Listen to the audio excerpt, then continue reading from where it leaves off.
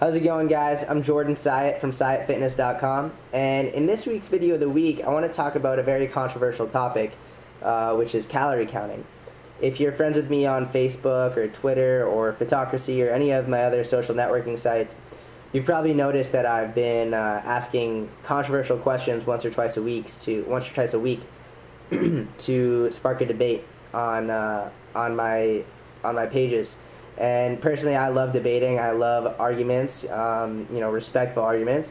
I think they're a great way to, get different opinions out there and open people's minds to new beliefs and give them a new perspective. So I've really enjoyed it. It's also given me an opportunity to see what people want me to write about or to speak about. So I've had a lot of fun with it, and I think a lot of people have benefited from these little debates. But recently I asked the question, what do you think of calorie counting? Do you think it's valid? Do you like it? Do you use it? Why or why not? And I got incredible responses. Really, I got a bunch of responses, and I wanted to make a video post about it because there was a lot of debate over it, and a lot of heated debate. People really got upset about it. But even more so than that, I wanted to make a video because personally, I didn't really agree with any of the responses that I got. Out of the numerous responses, there may have been one or two that I agreed with, but even those, I didn't fully agree with them. There were still things that I didn't like about what they said. So I wanted to use this video as an opportunity to give you my beliefs on it and to share my opinions so that you can hear what I have to say and maybe be open to a new perspective. And then you can respond to my video, and maybe I'll be open to a new perspective and hearing what you have to say. So I think it'd be cool to open that channel of discussion. So to start things off, my beliefs about calorie counting or not calorie counting are really very simple in that I don't think one is better or worse than the other. I don't think one is inherently right. I don't think one is inherently wrong. I think it totally depends on the individual and their needs and their goals, their self-efficacy, their willingness to change, and other lifestyle factors that go along with it. So I really don't think that one is better than the other. It really just depends on the individual. So my personal experience, I've done both. I've spent time calorie counting, and I've spent time not calorie counting. I've dieted down extremely lean using calorie counting, notably when I was working with Martin Birkin several years ago. And then I've also dieted down to my powerlifting competitions of 132 pounds without calorie counting. I just go based on, how I feel and portion control and things like that. So I've used both very successfully. That being said, there are some pros and cons that could go along with either one, and I wanted to take some time to discuss them and give you a little bit more insight into what might work best for you. So for calorie counting, one of the pros that I specifically enjoy about it is it really teaches people what an appropriate portion size looks like. It gives people the opportunity to say, oh, so this is actually what a serving size of peanut butter looks like, as opposed to that whole freaking scoop of peanut butter that they would take in before, and now they really know what 2 tablespoons actually looks like. It gives people the chance to take, their daily worth of calories, whatever they're going to have for a day, and say, oh, okay, so I'm going to split this total number into 3, 4, 5, 6 meals, whatever you want, and say, okay, so this is what an appropriate portion size looks like for each meal. I think it's a very important skill to have. In addition to that, I think that calorie counting is also great for people who are mainly focused on body composition. If your main goal is to get very lean, or if your main goal is to gain weight, and if your main goal is body composition related, and you're having trouble achieving those body composition goals, it could be in large part due to you're not eating enough or you're eating too many calories. So that could be a very great tool for people to use. So those are like some of the main pros that I associate with calorie counting. Some of the cons, on the other hand, I think I've noticed a lot of people, they can become obsessive with it.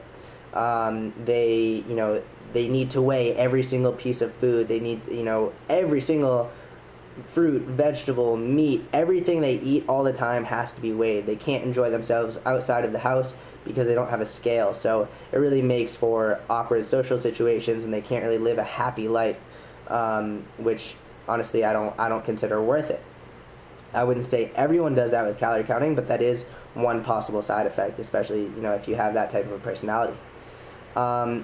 Another thing I've noticed is when people calorie count, they sometimes become more focused on the actual calories rather than the nutrients. Rather than getting an overall healthy diet, they're more focused on the if it fits your macros type thing, rather than saying, okay, I need to get these nutrients and really get an overall generally healthy diet. They might focus only on making sure that they're within their daily calories, and they're really missing out on some really beneficial foods and extras that come along with a generally healthy diet. I will say one of the major misconceptions that come with calorie counting, and I've heard about calorie counting, is that it's not sustainable in the long term. For some people, it's definitely not. That's definitely, some people have a hard time doing it. But then other people, I know people who do it, and for the entire day, their calorie counting will take 5 minutes or less, just because they've got that skill down and they know how to do it. It's not an issue for them. So for some people, it might not be sustainable, and for others, it could be sustainable. So it's important to maybe try and test it out and see what works for you.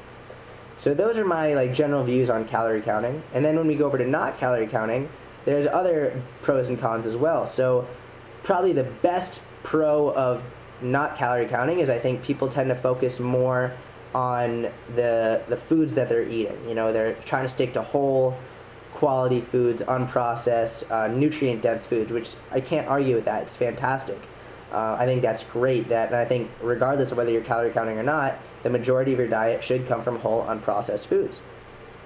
That being the case, I think a major con associated with not calorie counting is people can still overeat.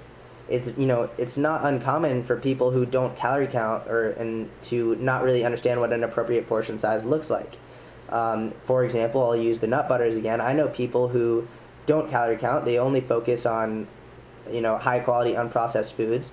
But then they'll have, nut butters and avocados and these very calorie dense foods, which definitely have great health benefits, but they'll overeat on them. And they won't be able to reach their body composition goals because they don't understand what a true portion size looks like. So that's a definite con that comes with it.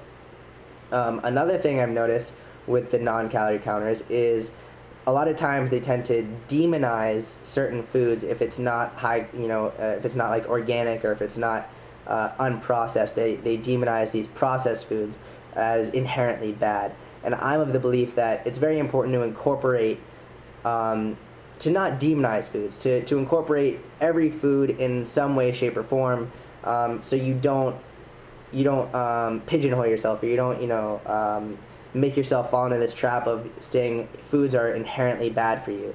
Personally, I don't believe that, and I think for long-term success, you have to be able to, be a flexible dieter and have willingness to have a little give and take. Granted, I think the quality of your food, as in general, should be whole, unprocessed foods, but I think it's very important not to demonize foods as well and to incorporate that. So I've noticed that is a little bit of a con sometimes with the non-calorie counters. Interestingly, I've never understood why people who calorie count and people who don't calorie count argue so much, because really we all have the main goal is to be healthy and probably stay lean and athletic and strong. I really don't see a point in arguing. But one of the biggest arguing points that I've noticed is people argue over is a calorie a calorie. And Matt Perryman wrote an incredible article on this, which I'll link below the video. But he spoke about, it's really, the argument doesn't make sense. The argument is moot because the people who say a calorie isn't a calorie, they're not really talking about calories. They're really talking about nutrients. And to understand this argument, we have to talk about the definition of a calorie versus the definition of a nutrient. So briefly, the definition of a calorie is it's a unit of energy available to the body. That's what it is, period. So to say a calorie isn't a calorie doesn't even make sense, because all it is a unit of energy. Whereas a nutrient, on the other hand, is a substance that provides nourishment to the body. So really the argument that people who don't count calories and who say a calorie isn't a calorie, what they're really trying to say is the energy that we use from certain nutrients is different and depends on the foods that we're taking it from. So if we're using the example of proteins and carbs, which both have a value of 4 calories per gram, and we eat 1 gram of protein and 1 gram of carbohydrates, they're not going to be digested the same. They're not going to be used the same because they're different nutrients and they do different things within the body. So that's very important to understand, that a calorie is a calorie. It can't be anything else. But the nutrients that we eat in the composition of our diet do affect how much energy we take and use from our diet. So to wrap everything up, I think the whole point of arguing over it is a little bit stupid. It doesn't make sense. What's the point of arguing? Find what works for you. Whatever works for you is valid and is great, and if it helps you live a happier, healthier lifestyle, awesome, go with it. You might find later down the road you need a switch. Something might not work forever.